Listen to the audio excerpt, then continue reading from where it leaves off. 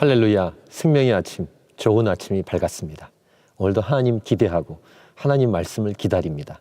주의 말씀이 우리에게 들려질 때 이 말씀을 믿음으로 아멘하고 받고 순종하는, 그래서 승리하는 저와 여러분의 삶이 되기를 축복합니다.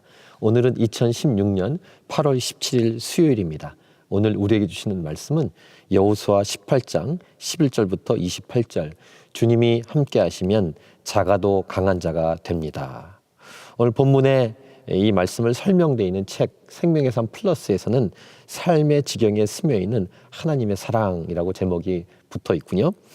7지파가 지체했을 때 어제 말씀 보면 어느 때까지 지체하겠느냐, 두루 다니면서 그려가지고 와라 했을 때 이제 7지파 중에 처음 지파가 이제 베냐민 자손 지파인데, 베냐민 자손 지파가 그려서 제비를 뽑은 이 땅이 소개가 되고 있습니다. 근데 그 위치가 오늘 11절 보시면 유다 자손과 요셉 자손의 중간 지점에 이 베냐민 지파가 땅을 차지했죠.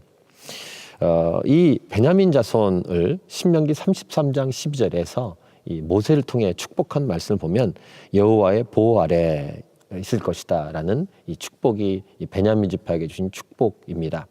베냐민 지파는 이 12 아들 중에 가장 막내이기도 했고, 또 지파로도 말해도 작은 지파입니다.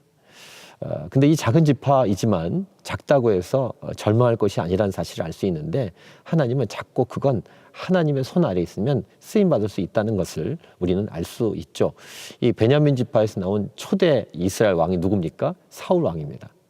왕을 배출하는 지파가 됩니다. 물론 이제 사울 왕이 잘못했기 때문에 좀 안타깝긴 하지만 초대 왕을 배출할 정도의 지파, 이게 가장 작았던 베냐민 자손이라는 사실도 우리는 기억할 수 있죠. 이 작다는 것에 대한 묵상을 좀 합니다. 오늘 이 생명의 삶 제목도 주님이 함께 하시면 작아도 강한 자가 됩니다 인데, 이 제목과 베냐민 자손, 가장 작은 지파인 베냐민을 바라보면서 우리는 신약의 사도 바울 통해서 주시는 말씀을 우리는 기억합니다. 약할 그때 곧 강합니다.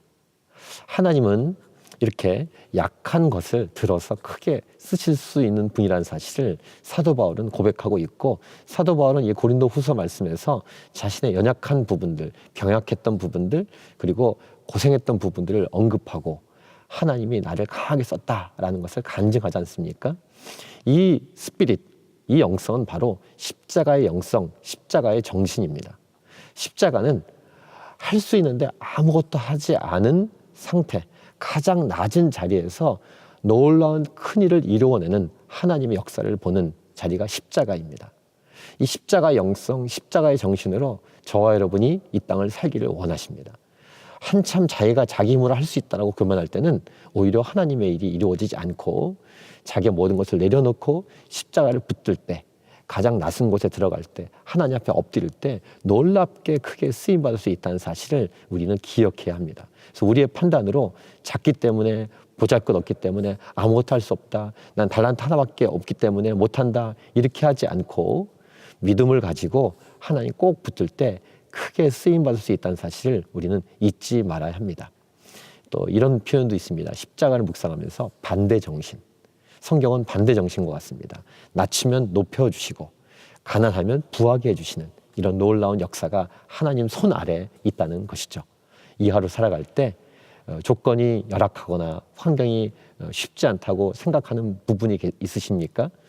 두려워하지 마시고 하나님 꼭 붙들고 이기고 이겨서 가장 작은 지파에서 왕이 나오듯이 놀랍게 하나님 손에 크게 쓰임받는 저와 여러분의 삶이 되기를 축복합니다. 오늘도 승리하십시오.